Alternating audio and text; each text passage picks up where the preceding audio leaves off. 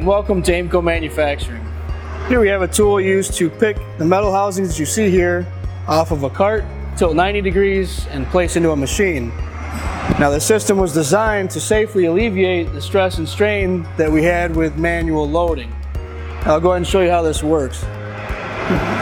You'll bring the fixed jaw side of our pads into place, lower the tool down, clamp the part, and you can raise the part up. Now we have the tilt function on a rocker switch here. The power tilt up to 90 degrees, and that puts us into the machine loading position, and you can easily manipulate the jib crane into place. We do have 359 degrees of swivel. This helps position the part throughout the work cell.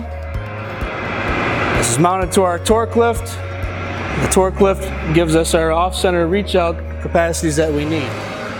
The system does have a two-hand safety release. If you were to accidentally hit the unclamp button, it will not release.